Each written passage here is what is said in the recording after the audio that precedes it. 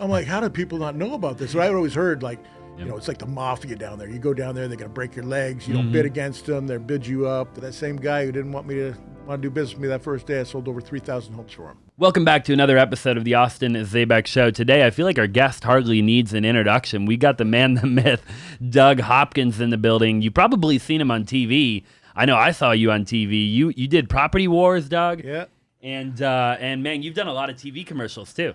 Yeah, tons of TV commercials. We started TV commercials during Property Wars. I was trying to figure out how to monetize the show, and you know, some people were selling shirts, some people were selling coffee mugs. I'm like, yeah, I'm not going to get into that. Let me figure out a different way. And I'm like, yeah, it'd be pretty cool. Is running a commercial during the show on Discovery Channel. Maybe I would get a bunch of business from it, and it turned out to be a pretty good thing. Wow. Were they, like, I don't understand how TV and all that works. I was talking to Jameel. Neither do I, by the way, but go ahead.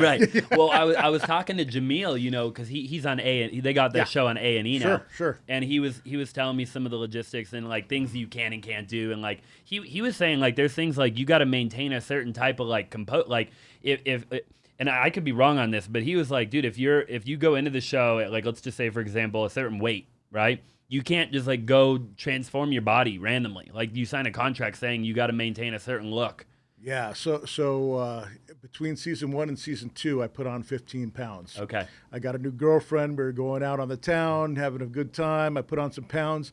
I got a call from the production crew saying, "Hey, you know, you need to lose weight. You need to look like you looked, you know, last season." And so I had to get in the gym and start working out a little bit. You also had to wear the same clothes episode after episode after episode. And I'm like, guys, this is ridiculous. You know, why do I have to keep on wearing the same clothes? And they're like, well, we have to have consistency. So, wow. Yeah, there's some weird things that you have to do, but it did make me lose a few pounds, so that was a good thing, I guess. Hey, I guess it's a good thing, right? Yeah. You know, you got to almost be careful like going into it that you look the way that you want to look. Yeah. Because otherwise you sign that initial contract, and if you're not going into it the way you want to look, and now you got to stay looking like that, right? Like, yeah, I couldn't do anything about my hair falling out. But yeah, I can't do anything. Oh my gosh. But I couldn't grow a beard or do anything like that. I did all that afterwards. Yeah. Okay. All right. So were they cool with you running commercials on the same channel, the network that your show was being aired on at the time? They didn't care. I even asked if that would be okay, and they're like, "Yeah, go ahead, go do it." And so they were all for it, actually. You know, if you could monetize it, just maybe get more deals and be bigger in town and bring more notoriety to the show. So yeah, they were all for it. Dang, that's awesome. Did you have to like run the ad by them once you like filmed the ad? Really? Nope. Wow. I just couldn't use Property Wars in the ad. Okay. I couldn't use their, because that was their trademarked and everything, copyrighted, trademark, whatever you want to call it. Yep. I couldn't use that on the commercial, but other than that, I could do whatever I want. Wow, that's so cool. Yeah. So talk to me about that. Like here you are, right? You're filming the show, you get the show, and then you're like, man, I want to run ads. Like, who'd you call? I mean, how'd you put all that together, you know? Yeah, I had no idea. I just started calling marketing companies and found a marketing company and told them what I wanted to do. I wanted to increase my brand, and they said, okay, yeah, we can do all of that. And they sent over a company to film a commercial at my ex-wife's old house, because she got my old house, which is a big, beautiful home overlooking the valley. And so I had my buddy come over. He'd been in radio for 30 years, and he's like, hey, that commercial sucks. And so the one you had just filmed. The one that I just filmed, yeah. And because I said, hey, come on over and see what you think. And he's like, yeah, that sucks. Oh, my gosh. I'm like, all right, well, what you do? So what do you want to do? I said, I want to buy houses. He goes, okay, well, your first line should be, I want to buy your house. My name's Doug, and I want to buy your house. I'm like, all right, cool. So what does it look like when you buy their house? Well, I'm like, well, I want to make it easy. There's no fees, no commissions, no banks, no repairs. He goes, all right, well, that's your second line. And we just kind of went over that, and that's, to this day, that's basically the message. Which, by the way, every competitor uses the exact same thing. It's like some of these competitors, they come on the show. I'm like, man, change it up a little bit. You're using my same exact commercial. I mean, like, seriously. Oh, my gosh. You know, but I'm trying to say that, you know, copying is the best form of flattery or whatever. But they say imitation's the best form of flattery. There you go. I knew I got that wrong, but no, you got it. It still drives me a little nuts when I look at that. I'm like, that is my exact same commercial with maybe a word changed here my or there. gosh. I'm like, come on, guys, Yeah. be original a little bit. Oh man, what was that first or the first ad like? If you don't mind me asking, the one that you did. I looked a lot younger. I had a lot more hair. Well, I mean, the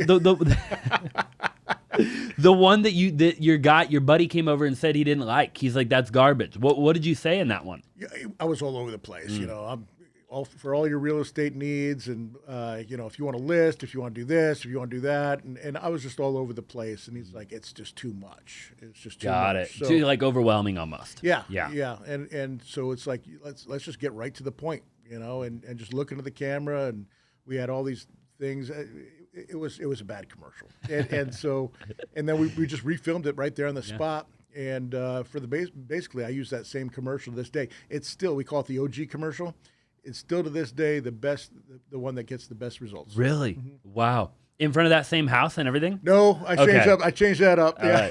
That was great. I have to ask, Yeah. All right. So what house are you in front of now? Are you and to that question, out of curiosity, and maybe I'm sure you know this, did the ad perform better in front of a big luxury house, or does it perform better in front of like a regular relatable house? Got it. So it really does. It's the message. So sometimes I'm sitting there at my desk. We change it up a little bit, but we try to stay to consistent.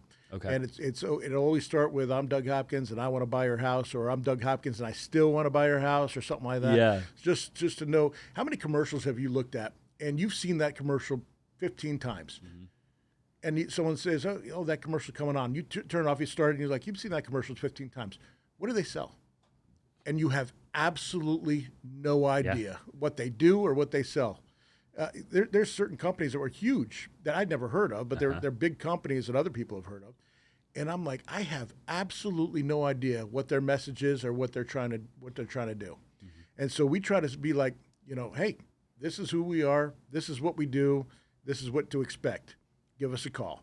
And it works very well. Yeah. But I'm sure you can think of commercials. I can't think of one off the top of my head right now, but it's that's like, the point. You've seen it like 15 times or 20 times, and you have like, I've seen that commercial. I have no idea what they're selling. Half the time you don't even know what they do. Yeah. I mean, barely. You barely know what they do, right? Yeah.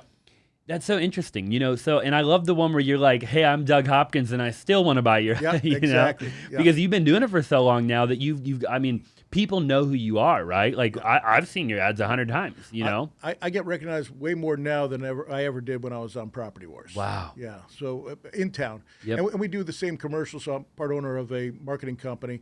We do the same commercial with me in it in probably 23 different cities. We're in 70 different cities, but about 23 of them have me. They don't want to do it themselves, so they just have me run the commercial for them.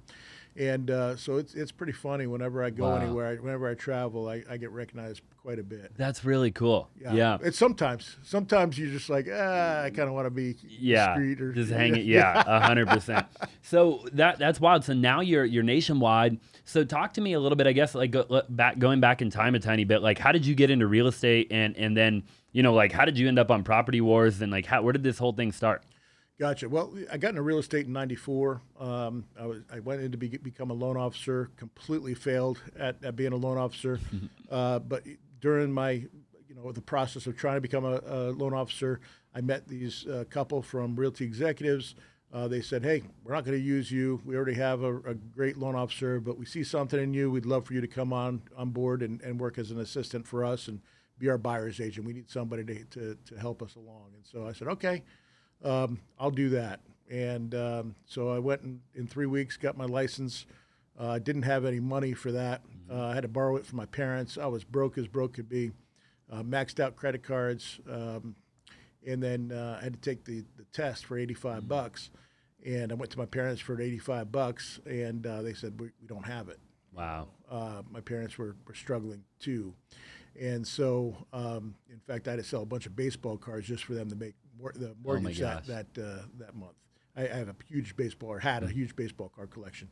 And so I went and borrowed it from my girlfriend, and she's like, darn it, Doug, this is it. You deadbeat. You got to start making some money, get a real job or something, not this commission job. So I wound up taking the test, passed it. Scariest thing I've ever done because I had one shot at that thing. I didn't have another $85 to spend because you have to pay 85. If you fail, you have to pay another $85. I never studied for anything harder in my life. Wow. And passed it. In fact, I was the first one done.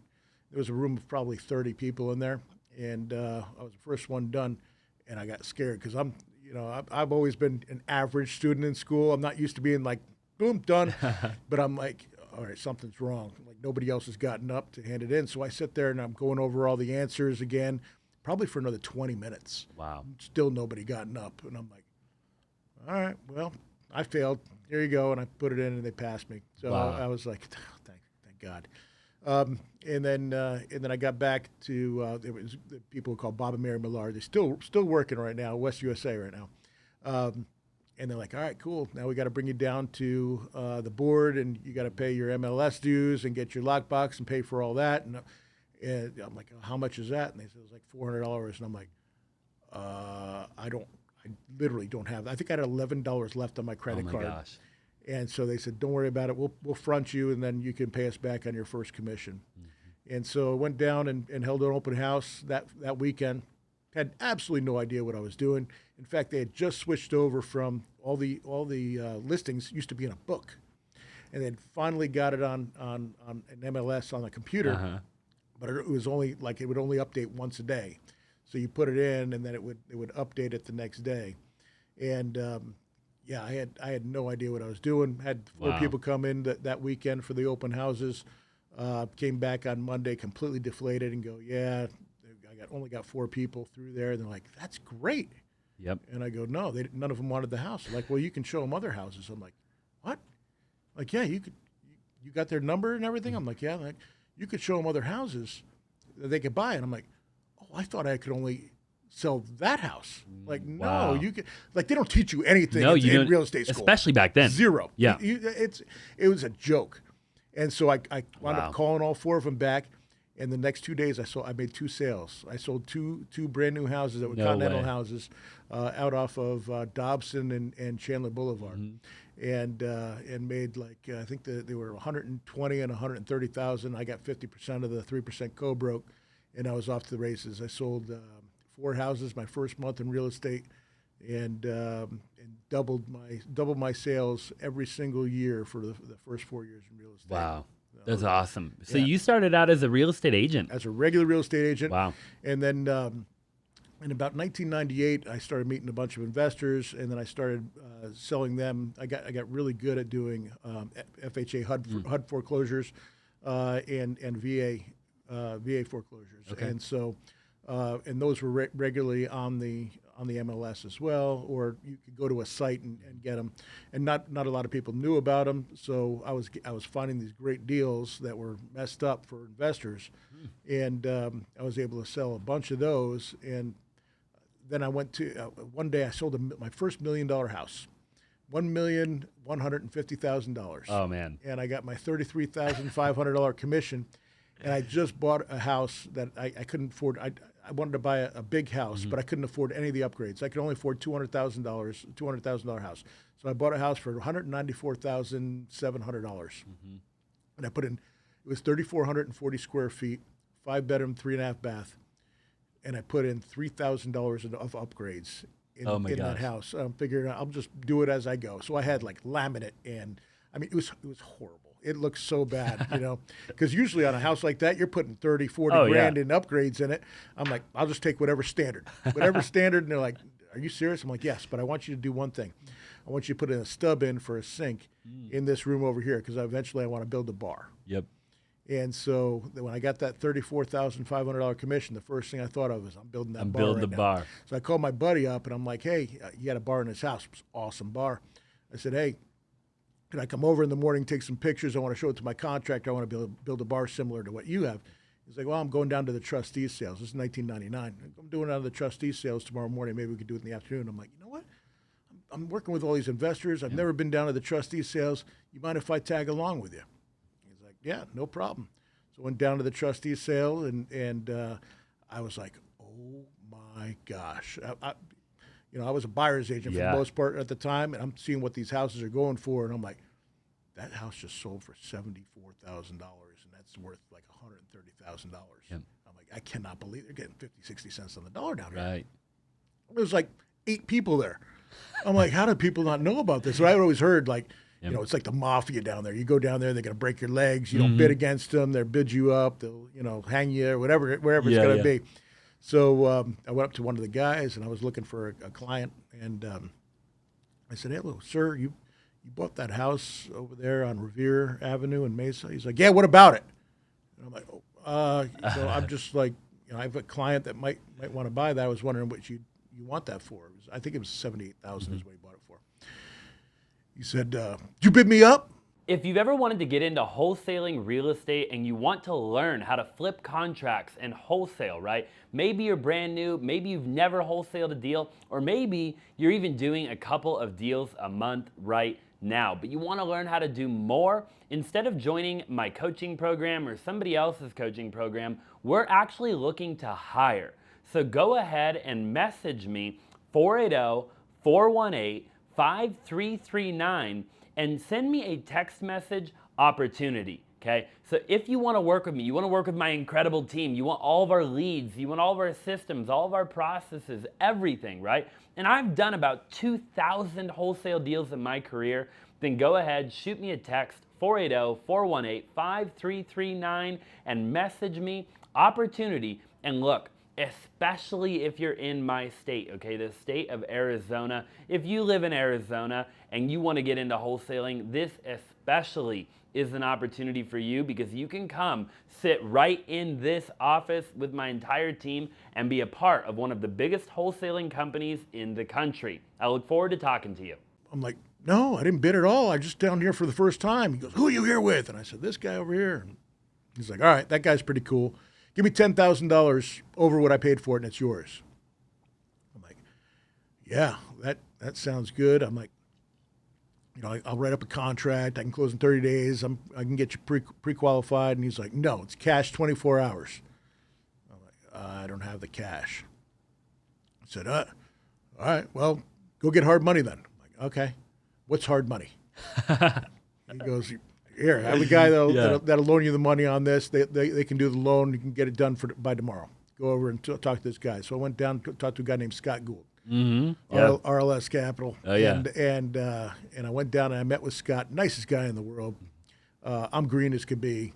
I was in my 20s, I think, at the time. I missed Scott a couple times. Your age, right? Yeah. And I went over to Scott and I said, hey, Scott, nice to meet you. I got this deal here, and talk with this guy. He said he'll sell it to me for $10,000 over. He goes, yeah, that looks like a really good deal. Yeah. I'm like, all right, great. I'm like, so you can give me the money? He's like, yeah, no problem.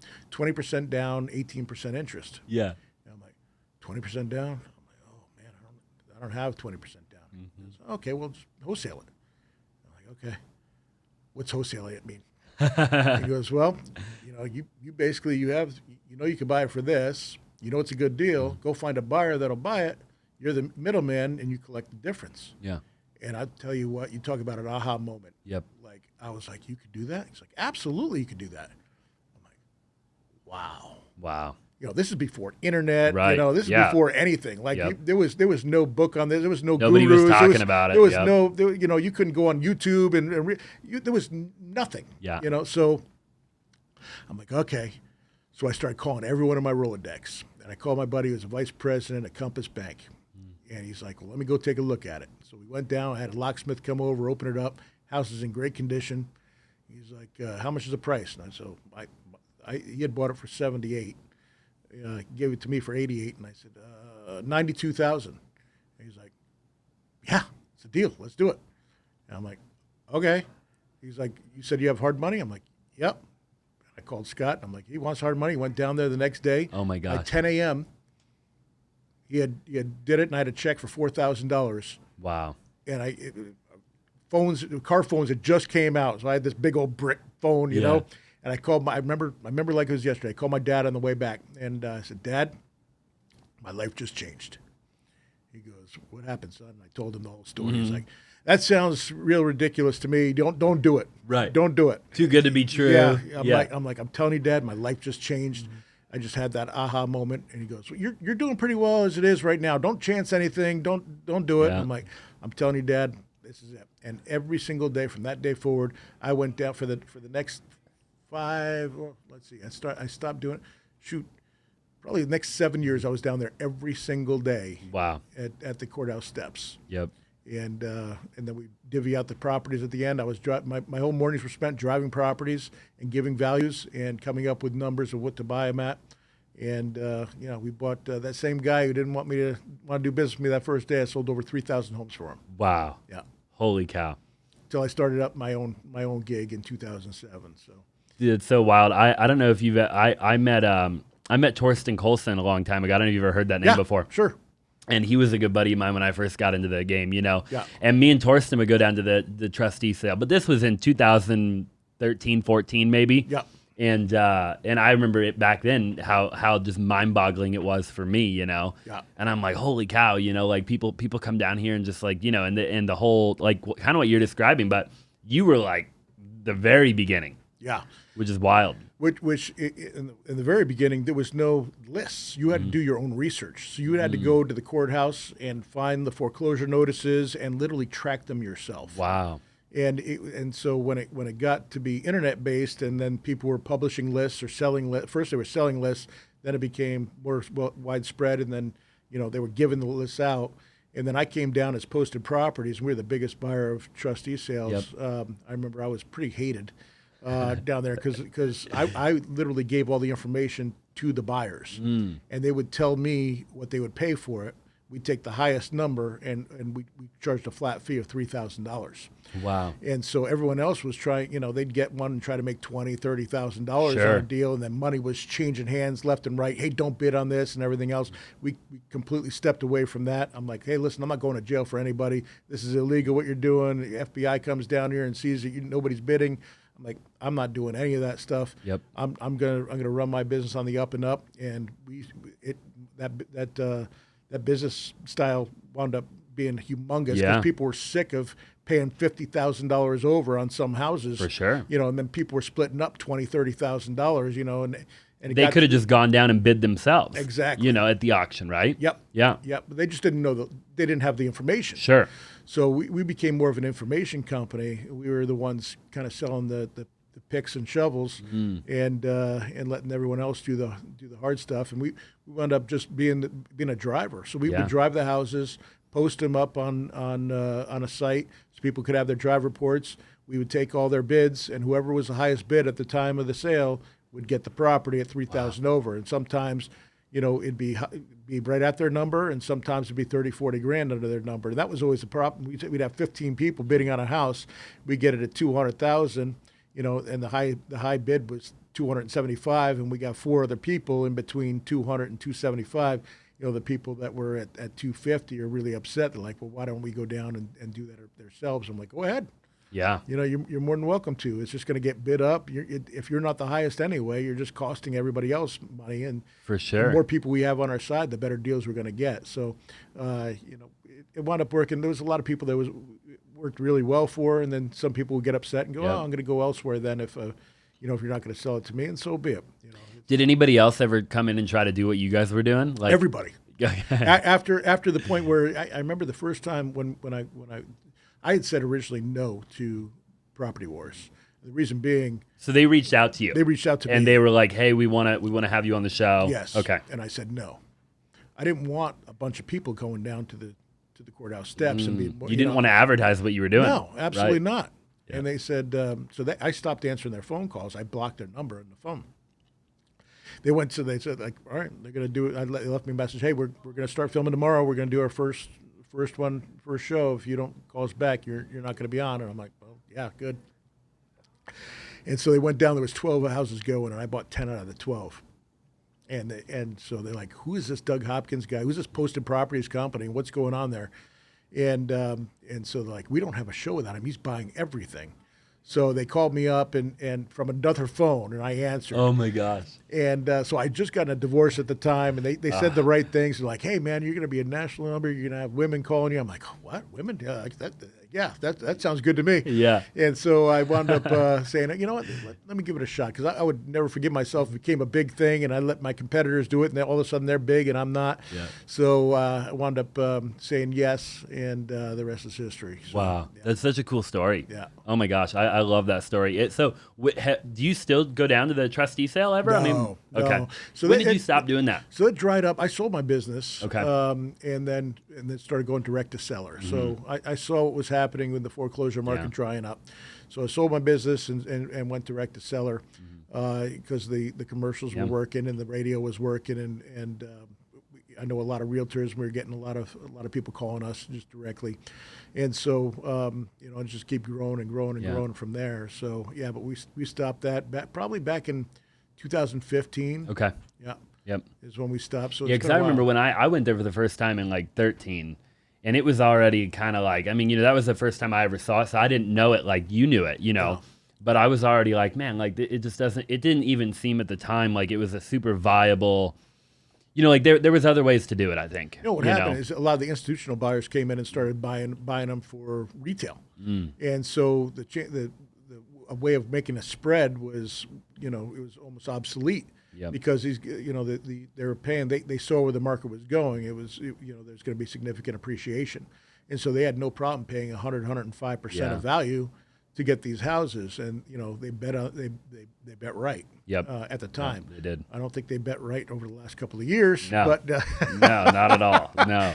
Oh my gosh, they lost a lot of money. A lot of these big companies lost a ton. Especially the Open Door, the Offer Pad, Zillow. We were talking about Zillow. We do like Zillow Flex right now in our retail division. Yeah.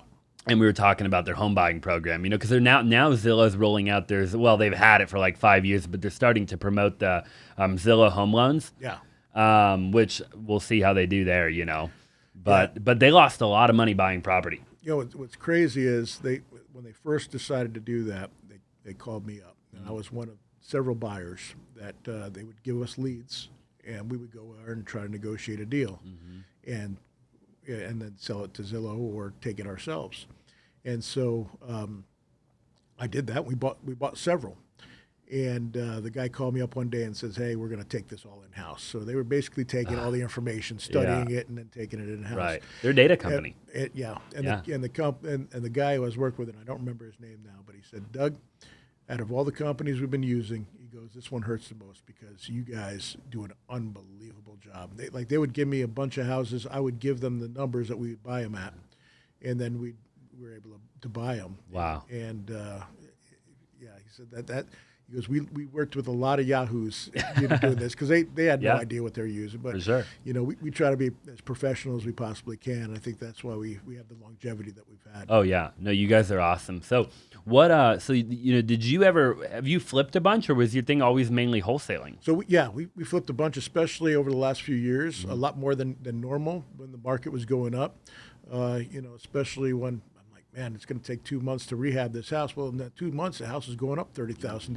So it's like, you know what? Hey, I'm going to do that. So I'm kind of able to predict I've been lucky, I guess, or just an educated guess on when the market's going to tank.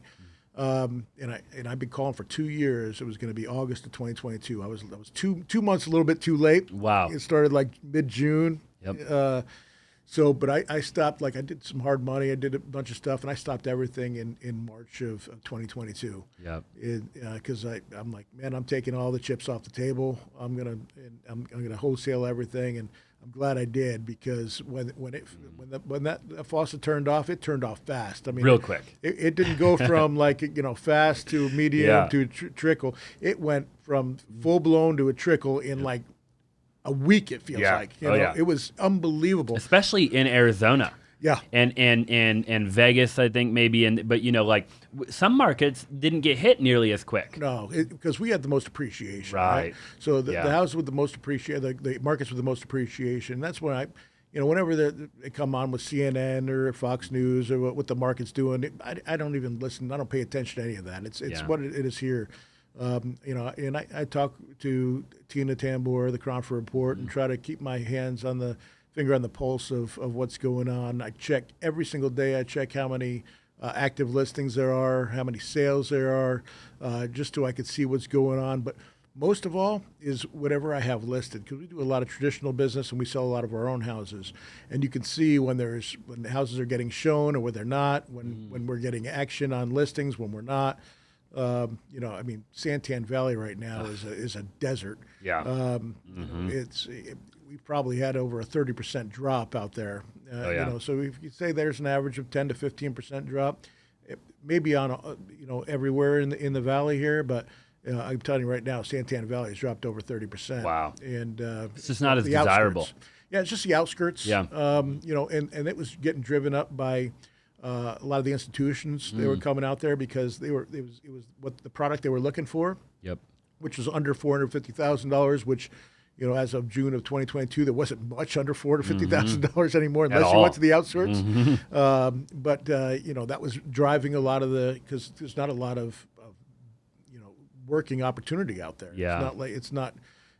So if you're living out there, chances are you're driving half an hour to an hour to work every day. So That's there's true. not a lot of infrastructure out there yet, and businesses out there yet. So I think that's where they're seeing the most hits. Same thing with Buckeye and the outskirts, Maricopa. That's where you're having a lot of the big drops. Yep, sure. So you are, you're running these TV commercials. Obviously, you did it right. Like, you played the long game. I think you were one of the guys. I mean, I know you for being like the most consistent guy that I've ever seen. Just because I when I got into real estate 8 or 9 years ago, even, and watching, you've just been consistent with the TV and just everything that you've done. And I don't think you see that a lot. You see people who do TV for a year or 2 or 3 or whatever, they quit, or they, And so were you just primarily buying and wholesaling the properties? So somebody calls in, I'd imagine at that point, at some point you built a team, right? Yeah. You had acquisitions guy pick up the phone. I would imagine was it ever you? Were you ever picking up the phone? At first I was, yes. Yeah. I was when I first did commercials, I was the one man gang. Oh man. Yeah. And this is Doug. Yeah. Exactly. And it just got, started going bigger and bigger and bigger, and I had to get a team. So I'm still in the everyday. Wow. I still go out to all the appointments on the east side. So I tried to let, I'm like, hey, I'm big enough now and got a really good team going, and I'm going to step away, just be the CEO and let my team take over. And it was great for about 3 weeks. And I'll tell you a story, and this is a true story. I went in, it was 3:30 in the afternoon, and I walked into a bar because I was bored out of my skull. I walked in the bar, sat down, all the same familiar faces there. I didn't realize I'd been in there like 4 times in a week and a half. And the guy next to me, my commercial came on. The guy next to me goes, "Man, I see you in here all the time. You're just like one of us." He goes, "You're like here every day, man. This is cool." Yeah. And I went, "Oh no, I got to get out of here." I literally said, "Oh yeah, check," and I went back and told the guy who took over the East Valley for me, I'm like, boom, you're out. I'm back in. I'm like, there's no way. So I learned a lot. I told that story back in the day, and a buddy of mine said something I'll never forget. He said, idle hands are a devil's playground. And that's powerful. Yes. So that's exactly what I remember from that. And so I'm like, I am not a guy that's going to be in the bars at 3:30 in the afternoon on a consistent basis. That's just not me. I'm not doing that. But I was bored. I didn't know what to do. Right. And of course. And what I realized too, not only that, but I love real estate. Like, I live, eat, breathe, and sleep it. It's my true passion. Yeah. And I love making a deal happen. I love solving problems, going out there, sitting with a seller, trying to figure out what their problems are and how I can solve those problems to make the deal happen, which is a win-win for me and them. Yep. And that's what it's all about. And I think that's really cool. That's kind of my people say, what makes you so successful? It's listening to the other people and seeing, how I can help them. By helping them, I get what I'm looking for. So which is the deal. Yeah. I don't even care so much about the money. It's funny. I made it $2,000 on a deal a couple weeks ago, and I was more excited about that deal because I solved the problem that the seller needed to happen. He wanted a kind of an unreasonable amount of money, and I was able to find somebody to keep it as a rental and make $2,000. Wow. And I was so excited because those people couldn't do any less than that. They needed a certain amount of money to move out. And it was just a cool scenario. That's really cool. So it's not about the money anymore to me. It's about helping people.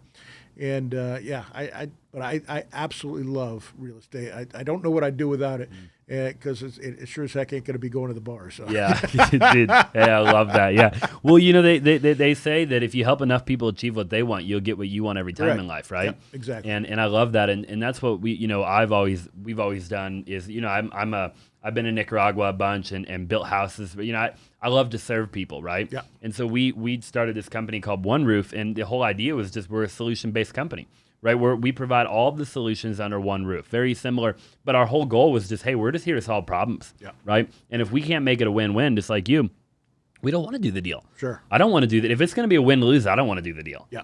Because I don't want to sleep. I don't want to go to bed at night having that weight on my shoulders. Sure.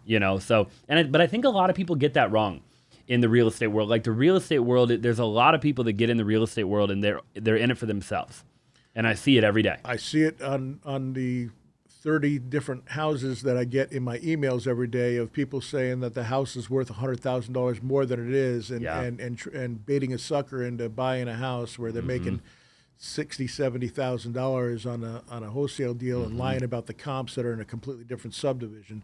That is to me, that is a short-term answer to a long-term goal, which is to be in this business for a long time and make a very good living at it. I've basically been doing what I do since 1999. So was that 23 years now? And there's a reason I've been in it for 23 years. It's because I'm honest and trustworthy and have integrity. I'm never going to tell a investor that the house is worth something that it's not. Yep, agreed. I may be wrong on the value here and there, because I'm human. Nobody's perfect. Yep. But everyone knows, and that's why I've had a lot of the same investors for 15 years, and I do it without a walkthrough, without an inspection, nothing. All my buyers buy me based on some pictures I take there and my word. Wow. I love that. And because they know I'm not going to rip them off or tell them that it's worth something that it's not, and I'm going to tell them exactly what I think it's. I've done 22,000 deals. Yeah. Right? I've bought and sold over 22,000 homes. Wild number, by the way. Yeah. And so I can walk through a house now and say, okay, this one's a $40,000 rehab. This one needs this, and this. People trust you. You have a hell of a reputation. Yeah. Yep. Thank you for that. Yeah. And it works hard, and it only takes one person. You screw one person, and it ruins your reputation with the industry. This is a very small world, as you know. Oh, yeah. And we never cancel deals. There's a lot of If people you that commit, go in, you commit. That's it. And people know that if you cancel a deal on me, you're done. Like that's it. Yep. And so that's why I have the same people all the time. I get calls left and right from people going, hey, how do I get on your list? I'm like, there is no list. Right. Like, what do you mean there's no list? You don't put your houses out on the internet like everybody else? Nope. Well, how do you sell them? I make a phone call. I own a house for 15 minutes. Yep. Maybe. Love that. Maybe 15 seconds sometimes. It's usually the first phone call I make. Yeah, for sure. You already know who wants a deal. Yes. They trust you. They know they're going to make money, right? Yep. Like, and I talk about that all the time because we're very similar, and I've mirrored my business model on dudes like you that are just men of integrity, that have been in the game for a long time, right? And we do the same thing. 90% of the time we make one phone call deal sales, right? But we're not trying to make. Honestly, we very rarely make these big assignment fees because we want the investor to make money too. Yeah. Right. And I think a lot of people that are trying to make 50, 75, 100 grand, don't get me wrong, you can make that as a wholesaler if you have a really deeply discounted deal and the end buyers still make a profit. Yep. But a lot of the times on these big rips, the wholesaler is eating all the profit and all the margin out of the deal for the end buyer, in my opinion. That's what I see all the time. Yeah, no, I agree with that. Or just plain lie about values. Sure. And when the market was going up, over pre-June, if you look at the 2.5 years leading up to June 2022, you can make a mistake and still make money. The market covered up for a lot of mistakes. I love that. And very true. Now you make a mistake, you're going to pay for it. I mean, even I paid for it. A lot of the houses I bought in June, I couldn't sell because the market started going. I'm like, whoa, what's going on here? And so I ate some. Yeah. But name of the game. Yep. So I got a call from a guy. I bought one in Tempe. Okay. And the guy was begging for $400,000. I'm like, I can give you $380. And I'm like, this house is worth $450. He's like, man, I think it's worth $480. I'm like, it's worth $450. I'm telling you. I showed him a bunch of comps. Yeah. And he's like, all right, let's do it for $390 and we'll call it a deal. I'm like, you know what? Let's do it. And that was June 1st. And I tried to sell it, and all of a sudden people are like, no. And I'm like, all right, well, I'll just take it down myself, And then, so it didn't close until late July. And by the time I got it fixed up, it was worth $400 probably. Late August. And so I put it on the market, crickets. Wow. And I wound up selling it for, I think, $420. Okay. And, wow. Not terrible. No, it's not. 30,000 less than what I thought it was going to sell it for. And I put a bunch of money in. I took a $30,000 hit. Okay. Yep. But at the close of escrow table, he says to me, "Are you sure you're going to close?" And I said, "Yes." He goes, "You know this." He goes, "I thought it was worth $480. It's probably worth like $430 now. Yeah. It's gone down $50,000." I'm like, "You're correct." And he goes, "And you're still going to close?" And I said, "Yes." He goes, "Wow." Wow. He goes, you're really. I said, when I sat there and had you sign that deal, I said, I do not cancel deals. Yep. So if I go on and I cancel that deal for that guy, I save $30,000, Sure. right? I save it. I knew I was going to lose money at the closing table. Sure. Yep. But everybody around me is including institutional buyer. Everyone's canceling left every and right. contract. Yep. And so, I wasn't complaining when the market went up $30,000 during the time, or $40,000.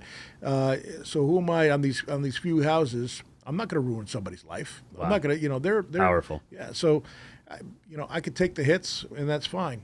Not all people can do that, and I get that as well. I understand. The smart thing to do was cancel. like that was a smart thing to do, but my integrity wouldn't let me. And I take great pride in being able to sit down in front of a seller and go, I have never, ever canceled a deal. Yeah.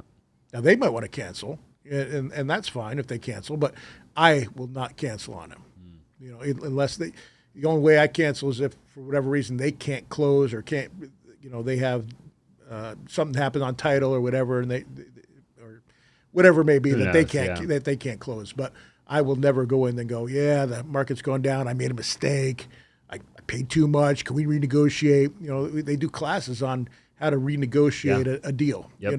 Hey, let's renegotiate this. Let's get it under contract for this, and then mark it down to this. I hate that shady stuff, man. I hate it. I think it's so shady that a lot of companies go out and they'll do it over the phone and close over the phone, never even see the house.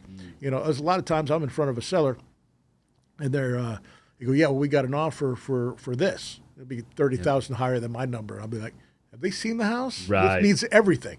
Like, well, no, but they said that, I took a couple pictures and sent it to them. I'm like, I promise you, they are not going to close at that number. I've been around this business for a long time. I don't get beat by $30,000. I promise you, they will not close at that number. I go, here's 200 reviews saying I do exactly what I'm saying we're going to do. See who you're working out. How'd they get a hold of you? Oh, it was a random text message that I got from. Right. Yeah. A voicemail drop. Yeah. It's funny. I could not agree more. I think that, we actually call those the callback.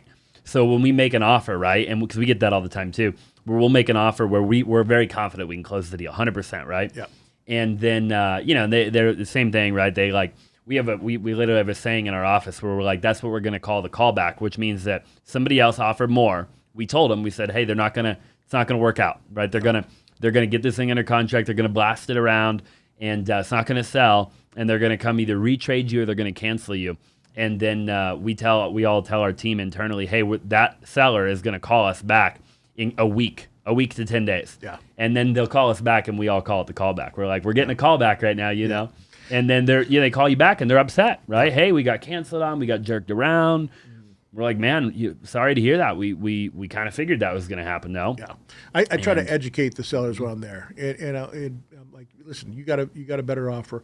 I hope it goes through. But just in case it doesn't, and you want to take that offer, let me try to educate you a little bit on how to protect yourself. And tell them you want $10,000 non-refundable earnest money deposit, no inspection period. Yep. And if they'll sign off on that, you're good to go. I love that. And if not, They ain't real. I love that. Yeah. And that gives you the advantage because you're ready, you're prepared. You know, at that number, you can either wholesale it, and if you can't, if you don't end up getting a buyer for it, or you don't want to, you're at that number, it's a flip, or or you can rent it out, or it's whatever. You know, I think people watching and listening need to understand that, right? That when you're underwriting a deal, you know, if you underwrite it the right way, you can be confident enough to do hard earnest money, no IP.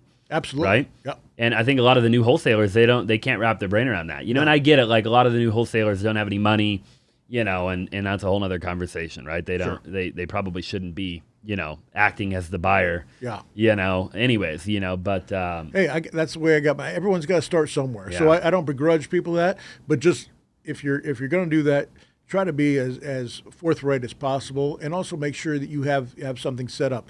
Whenever I bought a house when I was first starting out, I made sure I had a buyer before I went to that property. I love that. I would find out who my buyers were, and I would say, how much would you pay for this house given, you know, $30,000 rehab or whatever it may be?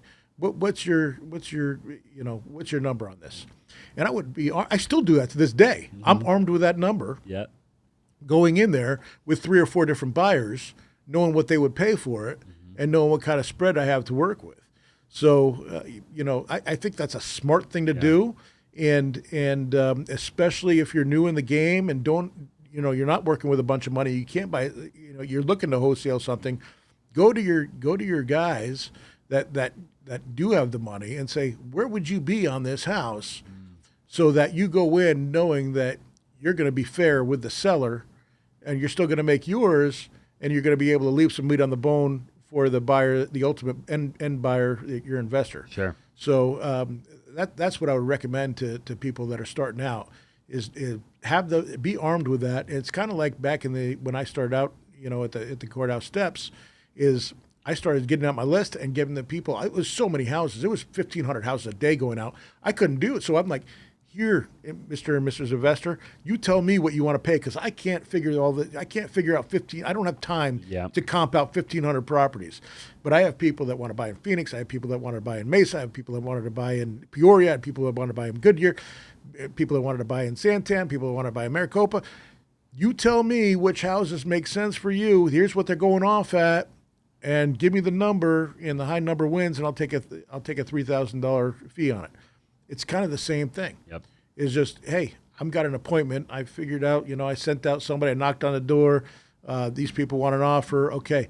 Hey, call up my 3 buyers I know are cash buyers. Hey, where do you think you're going to be at this? Yep. Or don't make an offer right there on the spot. Say, I'm going to bring this back to my my partner, wholesaler, whatever, yep. or my contractor. Mm-hmm. Let me see where he comes in at. I'll come back here. You have time 3 o'clock this afternoon. I'll come back here with an offer for you, and then get the get the number of where they be, give the pictures and everything else.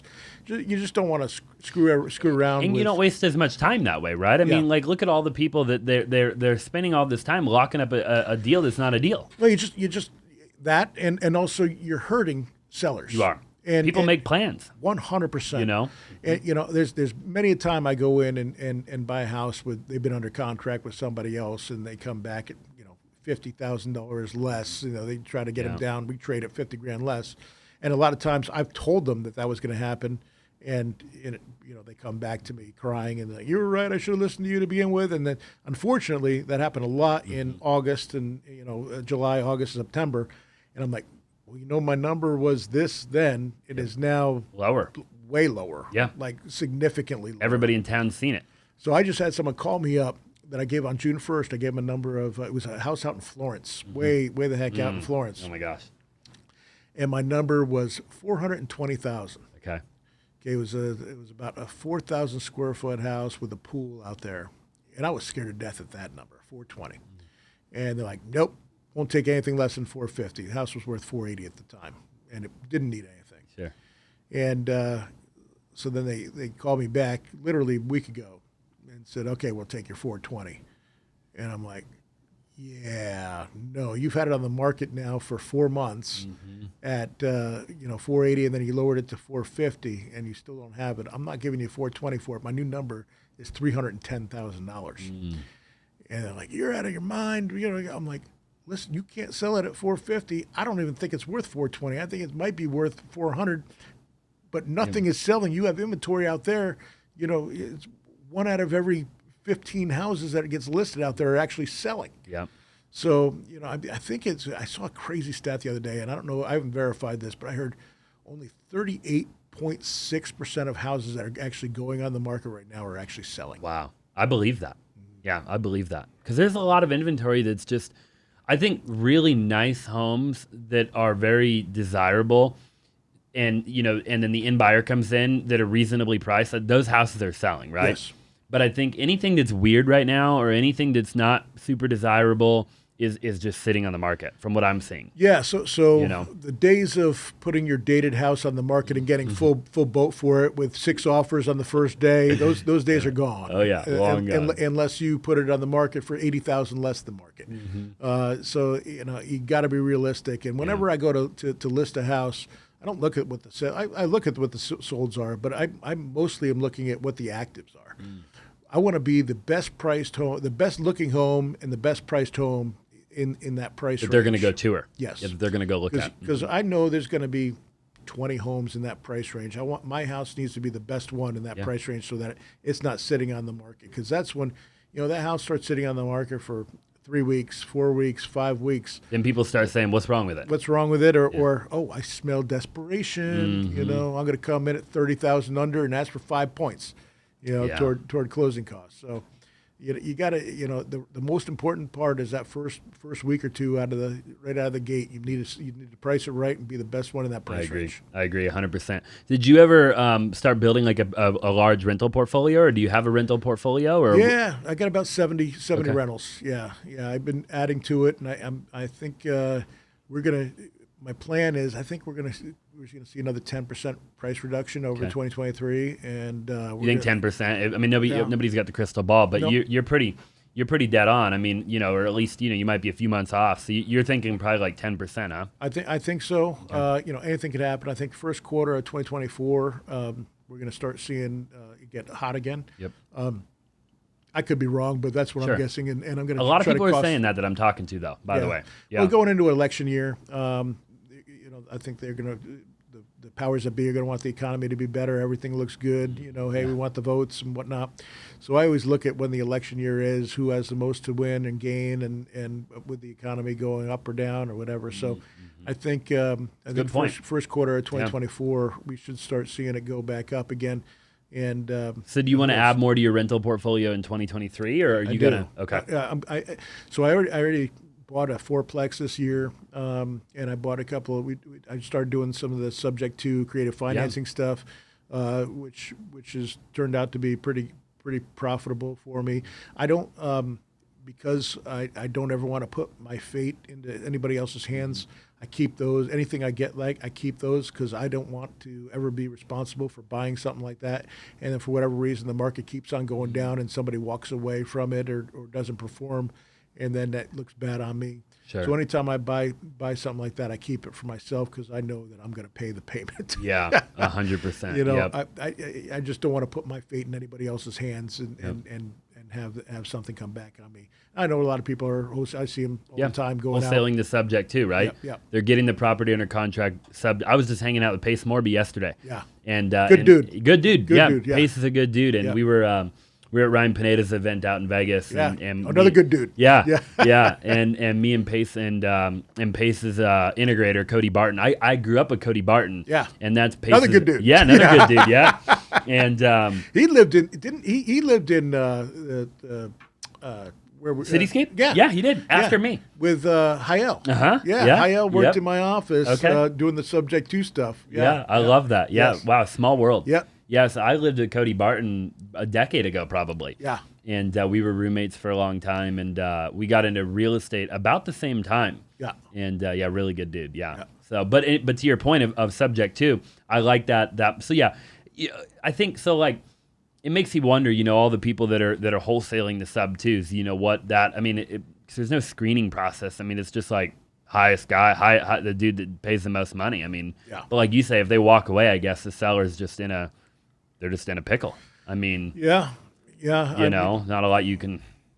Yeah, that's the stuff. I look at the older I get, the more I look at not the profit I can get, but the liability of what's going on. So I'd rather, you should be okay, and then I mean, Yeah. but will people walk away from if they put out $20,000 or $25,000? Will they walk away if the house goes down another $75,000? Yeah. Yeah, and then what happens to the seller? And then what happens if they sue you? And what happens if this? And what happens with that? And then what happens if they put out a thing that he did this? So I would rather keep it to myself because I know if at that point I control it. I control the whole thing, and I know I'm not gonna. Well, and if you're getting a good deal, yeah, why not keep it for yourself? Absolutely. I mean, one of my first mentors in the industry was Cody Sperber way back in the day. Just talked to him today. Yeah. Yeah. And he told me in the very beginning when I first got in, he said, man, something to the effect, and I don't remember exactly how he said it, but he said, Austin, over the next decade or 2 decades, acquire as much as you can. He said, one of the mistakes, and he was talking about himself at the time back then. He said, one of the mistakes that I made was I didn't acquire enough property. He's like, I flipped 10,000 houses, or wholesaled or whatever. He's like, but I didn't keep enough. Yeah. And he regretted that at the time. And I remember always thinking about that. I'm like, man, I gotta keep more property. I agree. I tell that to a lot of the young investors that come on. I get paid to go out and teach people what I do around the country, just to come in and go over their whole marketing scheme and what they're going, the whole program and going through it with them. I tell people all the time, I said, you can get rich fixing and flipping houses, you can get rich wholesaling houses, but you truly build wealth keeping houses. Wow. Love that. And when I was 30, I decided I wanted to buy 10 houses. I think I was actually 28. I wanted to buy 10 houses at the time. I think it still is. At the time, you could only do 10 conventional loans. I think it is still that way, yeah. Yeah. They brought it down to 5, and then they went back up to 10. But so I was like, man, I'm going to buy 10 $100,000 houses because at the time, when I was that's about what an average house went for, was $100,000. Yeah. And I'm gonna rent them out. Buy them, put 10% down, rent them out, and put them all on 15-year notes. And so by the time I'm 40 to 45 years old, I'm going to be a millionaire. Yeah. And so I'll have 10 plan, houses that are worth over $1 million. They'll be free and clear. I'll get, they'll each be renting for $1,000 a piece. I'll make 10 grand a month. I'll make 10 grand a month. I won't have to work, and I'll have $1.5 million worth of real estate. And I did that. I literally saved every dime I got, other than what I had to pay for my car and my rent at the time. And I wound up buying 10 houses within a year and a half using credit cards, and I would transfer credit cards. He'd come up with the little credit card checks or whatever, and I'd write it, and I would just transfer the balance to zero interest balance. I got like all these credit cards, and I would just transfer them so I didn't have to pay any interest on it. Yeah. And then I would, same thing with fixing it up or whatever, I would just put those all on credit cards and then just transfer them all over so I didn't have to pay interest. Because if I bought it hard money, I'd have to pay 18%. Now it's 12 or whatever you can get right now, but it was 18%, so I didn't want to do that. So 0 was a lot better than 18%. Oh yeah, so for sure. But yeah, that was my goal. And then when I got to 10, I'm like, well, how can I get more? And then so I went to smaller banks, and they were able to do portfolio loans. Where the portfolio banks that had taken themselves, and you had to pay a little bit higher interest rate. But I started buying more and more and more. And then back in the 2009, 10, 11 days, I put a bunch of them. I'm kicking myself in the butt because I said in 2010, I looked at a guy, one of my biggest buyers, named Brian, and I said, Brian, we're going to look back at 2010 and go, we are the biggest idiots for not keeping everything that we can possibly keep right now. I mean, we bought a bunch. That's where I got the bulk of my houses, but we were buying houses for $50,000, $60,000, $70,000 that were just sold for $250,000 the year and a half before, where the replacement cost was $200,000, and I'm like, this is crazy. It's silly. I got to buy more. I had Zach Keeps on the podcast. Another good guy. Love Zach. And he bought, I don't know the exact He buys from me all the time too. Yeah. But back in 9, 10, 11, 12, he bought a bunch of property. Yeah. And he now, I think he's got like 280 now or something like that. Yeah. And he doesn't have a lot of debt either, which is what I really love about Zach. You know, and last time I talked to him, I think he only had like 30% debt on the whole portfolio. I have 0. That's awesome. Yeah. Wow. So I hate debt. I was another thing that I was taught when I was young is there's two types of people, Doug. Ones that pay interest and ones that collect interest, and you want to be the one collecting interest.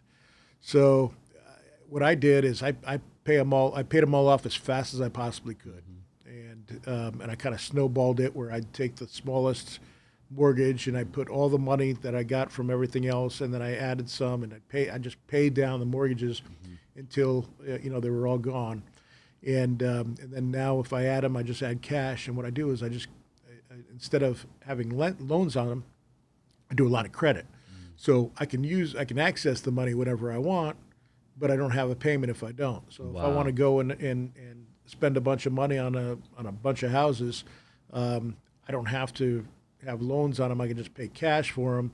When they sell, I just pay it back, and that's why I'm not paying interest, going forward. Sure.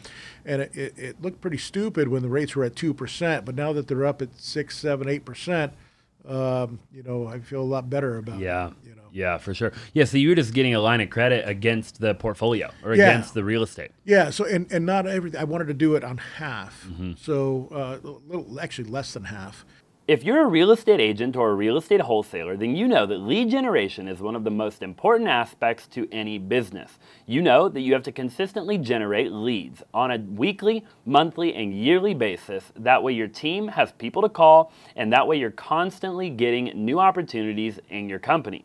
I actually partnered up with a company called Rocket Lead Services, and they have VAs that are outbound cold calling on your behalf every single day. In my experience, there's a lot of different ways that you can generate leads as an agent or as a wholesaler. You can do pay-per-click, you can drive for dollars, you can do text messaging, you can do Facebook ads, Instagram ads, and so much more. In my experience, I believe that cold calling is by far the #1 way to generate leads in 2022. Not only is it my favorite way, but it is the highest ROI from what I've ever found. So Rocket Lead Services is one of the best companies out there for doing just that.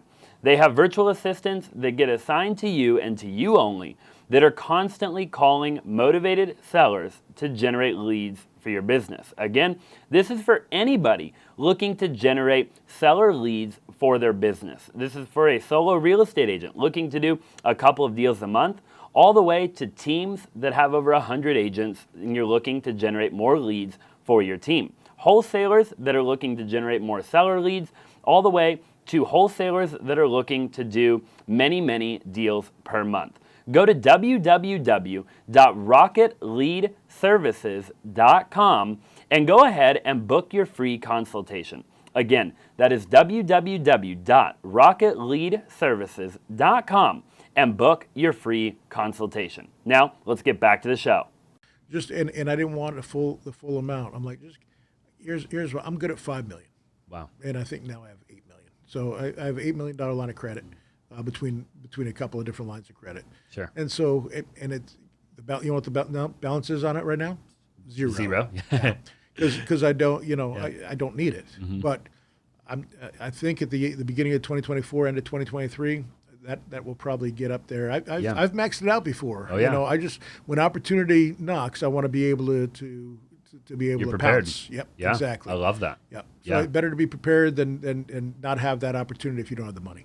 What would your biggest suggestion be for somebody that is, like myself or somebody watching that they want to, in a decade have a portfolio similar to yours or a decade and a half, if you were starting out in the market today, what would you do to build a portfolio like that? So I sacrificed a lot when I was younger. I didn't go out and buy all the cars, boats, toys. I see a lot of people doing that and showing off on Instagram or social media, TikTok, whatever it may be, pulling up. They made some money on a flip, and next thing you know, they have a Rolex watch and showing the checks on the thing, and that's just not me. Never been me. I'm not a social media guy at all. I just put my head down and do TV my thing. guy. Yeah, not by choice. Right. Yeah. But so I see a lot of people, young people, blowing their money on stupid stuff, and just keeping an idea, man. I'm 51 years old right now. Look older, but I'm only 51. So I'm hoping to have another 20 years, in this thing. And what I get a kick out of most is helping, people in their 20s and 30s that are just getting started. And what I can say is this: keep as many as you can, especially you have an opportunity coming up in this down market in the next year where you're going to be able to buy houses for $100,000 less than you would have a year ago. And it's going to keep on getting better for this year. So do what you can. I always try to put my stuff on 15-year notes because I had, and I didn't care whether I made money. I had enough money I was making in my regular business. Company, company. That if you broke even. That's what all I was looking to do was, Wow. was break even. That's it. As you go, you're paying a lot less interest and you're paying it down a lot faster. Even if you're breaking even, 300 of that's going to principal. Sure. Then after the first couple of years, and 400, then 500, then 600, and then rents hopefully go back up, and you're getting, then you got appreciation. Now that you got starts cash flow. going. Every 10-year period, you look at, year over year, or every 10 years, it's going to be. So I remember in 2006, I'm like, man, we're never going to get back to 2006 prices. Yeah. In 2016, we're like, oh man, we're past 2006 prices. Had you just held, even the people that bought in the peak, right? Yep. Like had you just held for a decade, Yeah. you'd have been fine. Yep, exactly. A lot of people went to and decided to do the foreclosure route, which I could understand, especially the ones that could, like, okay, I'm in a house and I owe $500,000 on, and there's a model match 2 doors down that I could buy for $320. Yeah. And so I could be stuck in this house for $500,000, or I could buy this one at $320 and let this one at $500,000 go. It's $180,000. For sure. And so I understand that why they wanted to do that. And honestly, what does it cost them? 2 years? Well, they're not going anywhere in 2 years anyway. Yeah. So you might as well take the you're basically taking $180,000. So I don't blame people for doing that. But then the lenders cut. They saw that and cut down on that. But yeah, I mean, it's only 2 years. Yeah. Is it? And so I don't blame. I mean, when the market goes down 50, 60%. Sure. Yeah. it was a crazy time. Right. I went from making at the time, the most money I ever made in 2006 to 2007 making 10% of what I made in 2006. It was the scariest time of my entire career. I didn't know what to do. I had no answers. Didn't know when it was going to stop. Didn't know where the bottom was. 2007 was, as far as my business career goes, was by far and away the toughest year I ever had to navigate in my entire life. Dang. Yeah. Crazy for a lot of people. Yeah. Was there anything that got you through it? I mean, you just knew that you were going to come out the other end of it, and you just had to keep on keeping on, or? So I had to consolidate. We had 2 offices. I had to get rid of one and consolidate that. I had partners that couldn't come up. We were hemorrhaging money. They couldn't come up with the money, so I had to buy them out so I could take care of the business. And there was it was tough. The good thing is I saved my money. I wasn't frivolous with my money. I didn't go out and buy a bunch of stuff. So I had the money to spend, and I knew it was going to turn around. And one of my biggest qualities or traits or things that I'm able to kind of figure things out and what's next. Yeah. And I've always been able to reinvent myself. When one thing goes away, trying to figure out what's coming up next. Mm-hmm. And that's the reason that I've survived in this business. I mean, 23 years. In I think it was 2016 or 17, I felt like I was getting passed by. I went up on and did with Chris Hyman. I did an event. He was doing a real estate investment association. He was like they're like or whatever, ASRIA or whatever. Yeah. And so I was up on stage, and he asked me to go up there, and I was up on stage, and I got Carlos called me OG, and I didn't know what an OG meant. And I'm like, "What is an OG?" It means original gangster. I'm like, "Oh, okay." And he's like, "Yeah, Doug goes out to the house." He goes, "I don't go out to the house. I make phone calls. We're doing all this business, and I got this, that, and the other thing going." And I'm like, holy mackerel, man, I'm getting passed by all these guys, and I'm like, I remember doing that to the old guard. Yeah. And I remember passing them, going like, wow, I used to look up to these guys, and now I passed them, like I left them in the dust, and I go, the same exact thing is happening to me, and it made me sick to my stomach. Interesting. And so I'm like, what can I do? And I made one of the best decisions in my professional career. I didn't have an ego. I don't have an ego that says I'm better than everybody else and I don't care. And I didn't put my head in the sand and just keep on saying, because I didn't want to be like, who moved my cheese? Yeah. Because I knew it was coming. Like my cheese was going to go away. It was getting moved. And I decided to join a mastermind group called Collective Genius. Oh, wow. Yep.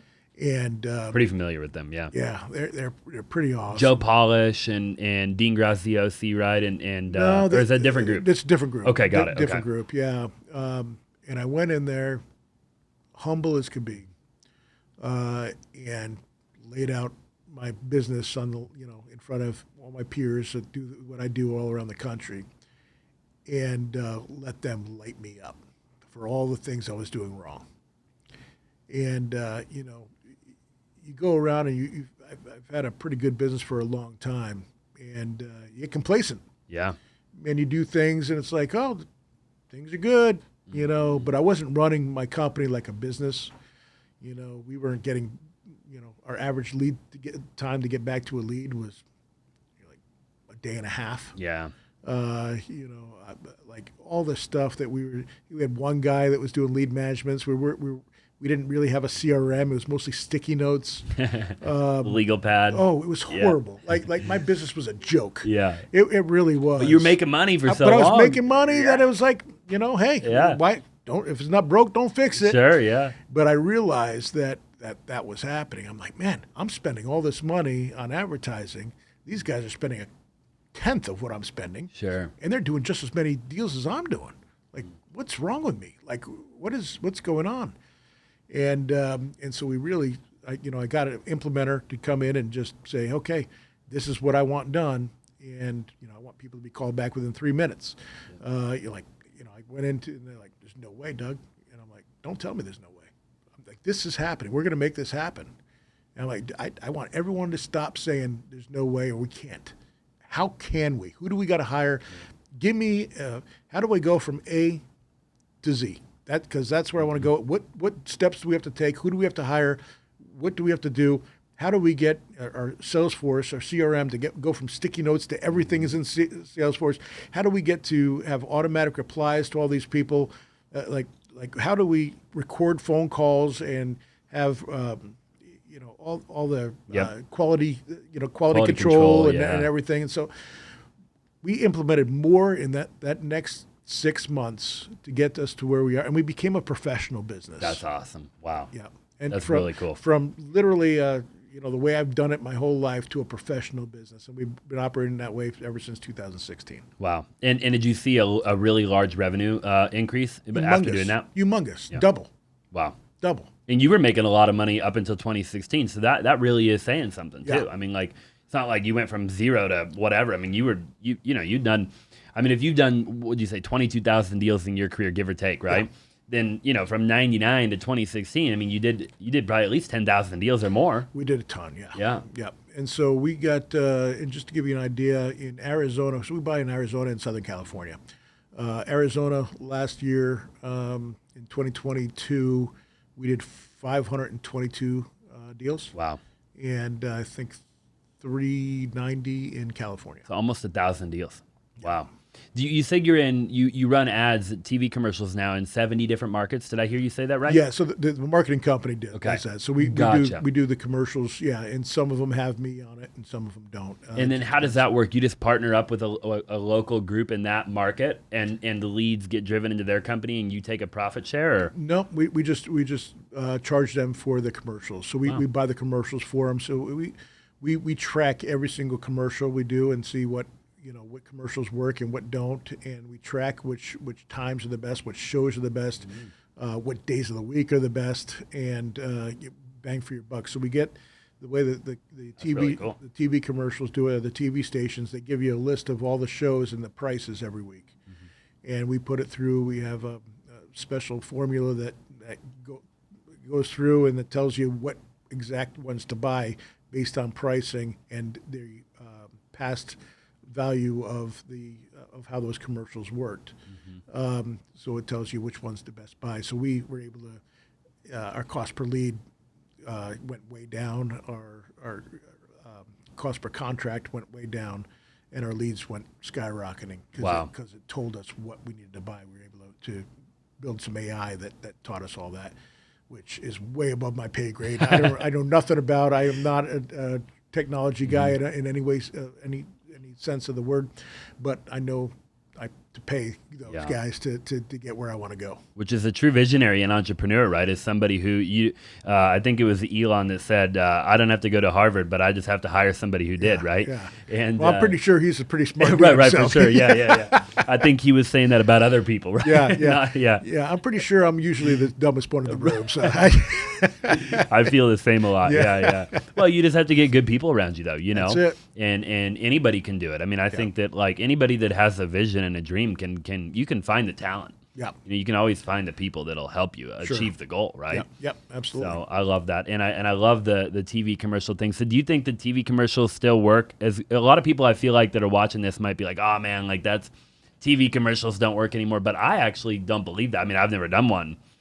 Sure. But I feel like they work really good. I mean, correct me if I'm wrong. Yeah, no, I mean they work good for me, but it's a dying industry. TV. Most of the, it's going to streaming. It's going to stuff is recording. So there's going to be other ways to find that we're going to have to find sellers.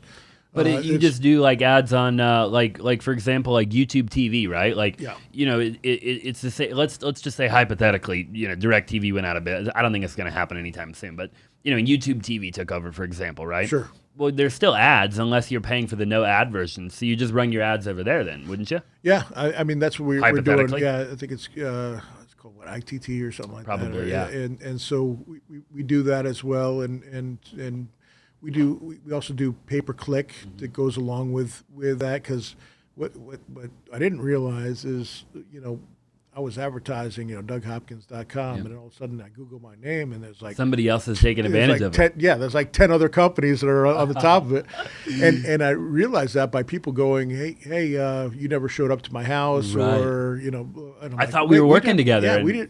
So there was actually another company, I think it still exists. It says DougBuysHouses.com, and they advertised over the top. And of it wasn't you. No, wow, was not me, and it drove me nuts. We even called them. And they said, "Oh, Doug's not here." And I'm like, "Oh, Doug Hopkins, right?" Like, and we were talking, and we had the whole thing recorded. And like, yeah, I'm like, "So this is Doug Hopkins' company, is that right?" Like, well, we work with Doug. I'm like, "Oh, okay." So, but is this his actual company? We just kept on going and going and going. And then I feel like there's some legal, Yeah. And we did that when somebody had put, we pay more than Doug Hopkins. Oh my gosh! And that was their ad over the top, and Google took that down because we complained to Google. And I actually called the guy up and like, hey man, that ain't. There's cool. Other ways to make money. Yeah. That ain't cool. So and I knew him. He's like, yeah, you're right. Sorry, my marketing guy did that. I had nothing to do with it. I'm like, all right, cool. Yeah, for sure. There's always going to be people that want what you got, what you want, Yep. and they'll try to piggyback off of that. So it used to annoy the hell out of me, and now I'm like, everyone's just trying to make a buck, man. For I get sure, it. man. Yep.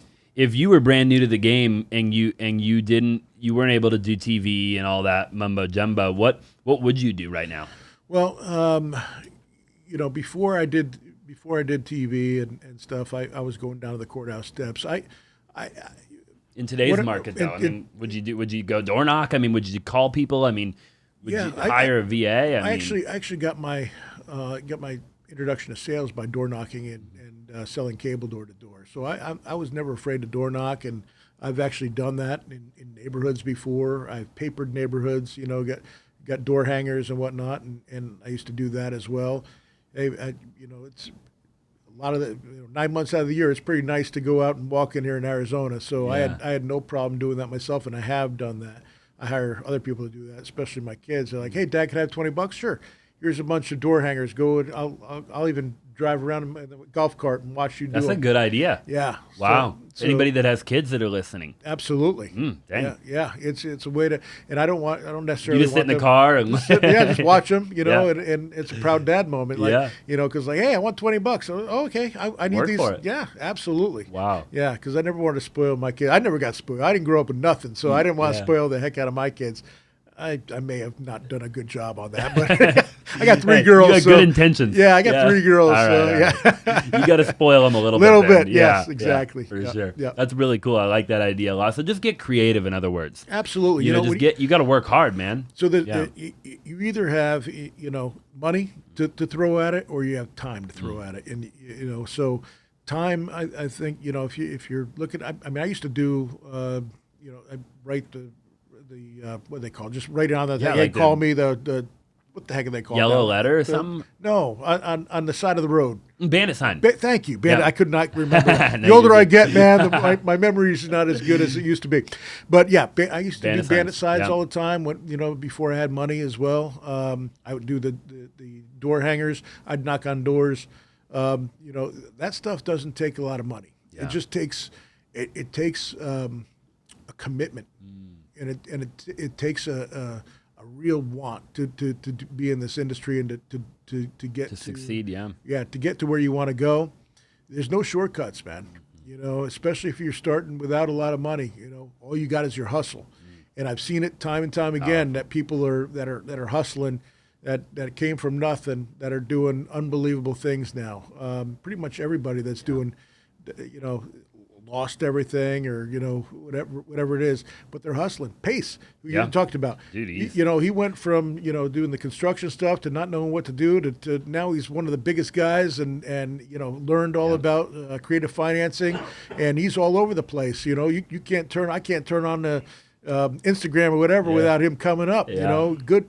Awesome dude, and I remember when he was calling me up just trying to get a deal, and now people are bringing him deals left and right. Yeah. So and he just built that. He built that based on relationships, and he's like the nicest guy in the Providing world. value. Absolutely. He's a servant. Yes. He serves people. I mean, I've sat down with that guy a couple times, and man, he's a giver. Yeah. He's a For sure. go-giver, which I think that's another big attribute that I think you have to have to build a sustainable name in the industry. You got to be a go-giver. Absolutely. Yeah, Ryan Pineda. He saw what another guy in CG was doing, Kong, and he's like, man, I could do this. Yeah. And he wound up building a social media. He had nobody on social media, and all of a sudden he's got million people on social Huge. media now. He's doing an event as we speak right now. I just flew back in last night, Yeah. and there's 1,000 people at that event right now. Yeah, we do the commercials for him. Yeah. So Home Run Offer is the name of his company up there. So I love that. Yeah. yeah. So Which one performs better, the one of you or the one of Ryan?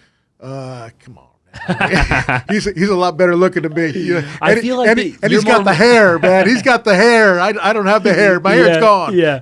I feel like but correct me if I'm wrong. Do you think that being young on TV hurts you? Like, I feel like you're more like, I feel like people like my grandparents or somebody that's lived in their house for a long time, right? Like, who are they going to trust more? I think I feel like they'd trust Doug more than they'd trust like Austin or Ryan or somebody like that. Well, I think it's pretty powerful when the guy from the commercial actually shows up at the house. I get that a lot. Like, oh, no way. You're actually come out to the house? And so I think that builds a lot of credibility as well, along with the, being on for TV for as long as I have, because we're going it'll be 10 years this year. So 10 years of hitting people every day with my commercial, my hope was to become a household brand here in Arizona.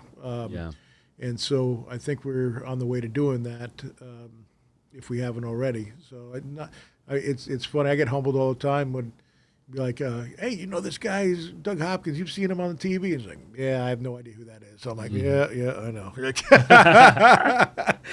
But yeah, whether they'd use me, different strokes for different folks. Yeah. I just try to be who I am and be as real as possible. But Ryan runs a great business out there.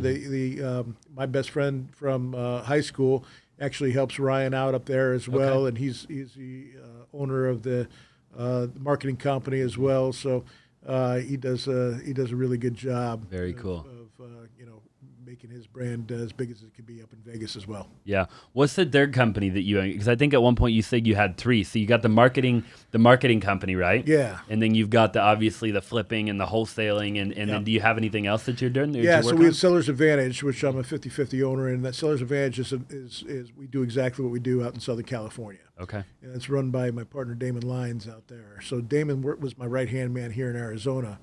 And I was deciding whether or not to go to Vegas or LA because I wanted to expand. And Damon was the one who was going to run it for me.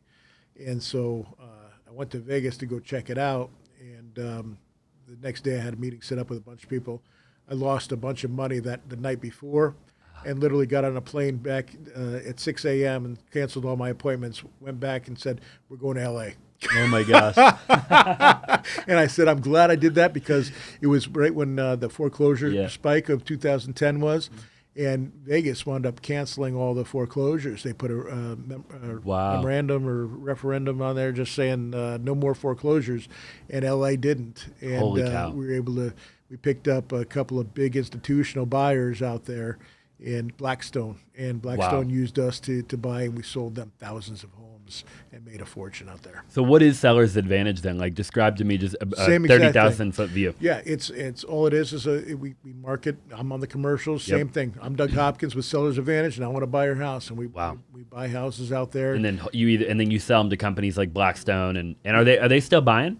Blackstone took a pause. Okay. They might be. I think they're coming back on. I know Progress is coming back on, but we sell more to the institutions here in Arizona. They're not as big out in LA just because of the price points and the age of the homes. The age of the homes are, a lot of the homes we're buying are built in the 40s and 30s, 40s and 50s. So it needs a lot more work. You have full remodels. That costs what would cost like $70,000 here is double the price out there. Yeah. Heck, it's doubled on us in the last 2-3 years. Honestly. It's insane what remodels are costing now out here. But it's basically the same thing. It's a wholesaling company. We wholesale to a bunch of people out there. And so Seller's Advantage, DougHopkins.com. And then the Bullseye Branding is the name of the marketing Bullseye company. Branding, I like that. Yeah, and so we have a bunch of other stuff that we got going. We have do some hard money. So we have a hard money company. And, and partners in another thing. 1-800 Sell Now. What's the hard money company called? We haven't even named it. Oh wow! It's just people that are close to you. Yeah. Like if they need money, so we'll do some stuff with them. And we didn't really name it or anything like that. But it's hard money is you just got to be careful. You got to be careful because there's a lot of hard money companies doing 100% loans and plus your rehab. That is a crazy model if you're doing that. I've seen it in 2007, 2008, all the companies that were doing stuff like that, just get killed. Because if the market turns, then you taking that asset, it doesn't do you any good. No, you're upside down, and it's horrible. Yeah, and I've seen, because I'm friends with a lot of people that do that, and I've seen what they went through and the stress that put on them. Yeah, it was pretty bad. Yeah, I can only imagine. Yeah, I the only person that I really know. I mean, I know obviously Chris Hyman and Tim and all of them and the wholesale funding, and then Capital Fund One, but I don't know them personally. And so those are the only two hard money lender guys. I guess they're probably the biggest ones in Arizona. But RLS with Scott School's still around. He's still doing stuff. Okay. Yeah. So. He's an OG. Yeah. He is for sure. I remember I met him a long time ago, man. I don't think I've seen that guy in a long time. Yeah. Yeah. He's a nice guy. And he's a straight shooter. He's honest as the day is long. You know what you get from him. Yep. He's another good guy. Do you do anything on the retail side still, or are you mainly just on the... So I used to own Red Brick Realty. I had my own brokerage, and then Red Brick Property Management. So we had a property management business. I sold that to Realty Executives. Oh, wow. And then... how many properties were you managing at the time when you sold it? About 350. Okay. Yeah. Pretty big company. Yeah. Really? Yeah. And so... now I'm with my home group, no ownership. I know Mark and Jeremy real well. Oh, they're awesome dudes. I love them. They're great. I was like I think I was like the 50th agent at my home group. Oh, gotcha. Yeah, Nice. I used to hang out with Mark and Jeremy all the time. Yeah. Back when Jeremy Clevin was the designated broker at the time. Oh, wow. And back in the day when I got in, we would do like a deal or whatever. I probably shouldn't say this on camera, but Jeremy would, if I didn't have something completed or something, he'd help me out a little bit in my sky slope, And this is a long time ago, long time ago. Yep. Yeah. Past the statute of limitations. Right, yeah, exactly, yep. But the good guys, real good guys. Yes. So you're with them now. Yep, I'm going over to Mark's house on Fridays. Okay. He says he's a great chef. He's going to cook me dinner. Wow. So and we're going to sit there and talk some shop, and he's got some ideas as far as helping him grow. And so who knows? I might be back in the game. The retail game. Yeah. Retail game's a fun game. Yeah, so we still do we do traditional. So Okay. so we try to monetize every lead we get. So if we can't buy it, we try to list it. So, I love that. Great model, by the way. Yeah. That's essentially what I've been doing for 6 or 7 years now. Yep. And I'm trying to now train, we have 41 agents on our team now. Yep. And, trying to get them all, a lot of them are killing it, and some of them still need a little bit of work and coaching. Sure. But, get them to understand, because we'll do probably, if we hit our goal, we'll do 1,000 wholesale deals in 2023. got it. And, but a lot of the deals, there's at least 2,000 that were really good opportunities that, just weren't a good wholesale deal. Sure. Or the cash offer just didn't work, right? Yep. And so really just trying to get the agents trained up on knowing how to take that and convert it into a listing. And, Sure. So it's, training people's a fun thing, Yeah, I'm not the best teacher in the world, but I know how to hire people that can do it a lot better than I can. I don't have the patience for it. I could sit there for a weekend, but I don't have a patience for it. Going every single day. Accountability and yeah. I'm better at the 30,000 foot view to go, hey, you need to do this, and this to get to where you need to go. Right. I don't want to get into the weeds on exactly how to get there. Yeah, I'm with you. Well, I know your time is really valuable, and I really appreciate you being on the show. And I know we've been here for a little while. Yeah, my pleasure. What if you were to give one piece of advice to somebody that wanted to be an entrepreneur, they wanted to be a visionary, they wanted to eventually build a company, or whatever, and it could be anything. I mean, it could be life, relationship advice, entrepreneur advice. Like what would that one thing be if you could just give one piece? Be obsessive. Make it your passion. I was saying earlier in the show that I absolutely love real estate, and it's truly my passion of doing this. I don't wake up thinking I don't want to go to work today. I wake up, on the weekends or on a day that, Sunday, I'm like, I can't wait till Monday. When it was, the last week of December, I could not wait until January 2nd, to get back in the office. And like January 2nd's a holiday. What do you mean it's a holiday? Get to work. Let's go. Same thing happened to me. Yeah, let's go. Yeah. Come on, man. Uh-huh. I was chomping at the bit to get back in the office, man. I love it. I love it. And no matter what you do, whether it's real estate or whatever it may be, you got to have a passion for it, and be in it with all you got. I love that, man. I love that. That is a mic drop right there. Well, I appreciate you being here, Doug. I know that a lot of people are going to get a lot of value out of this episode. I got a lot of value out of the episode, and I love learning from guys like you. Just humble, and you have integrity, and man, you're the real deal. So I really appreciate you being here. I appreciate it. Thanks for the kind words. Yeah, of course. If you're just tuning in for the first time, I'd appreciate it if you would subscribe. If you haven't already, drop in the comment section down below. And if you're listening anywhere, make sure you leave a 5-star review. Thank you so much for watching the show, and we'll see you in the next one.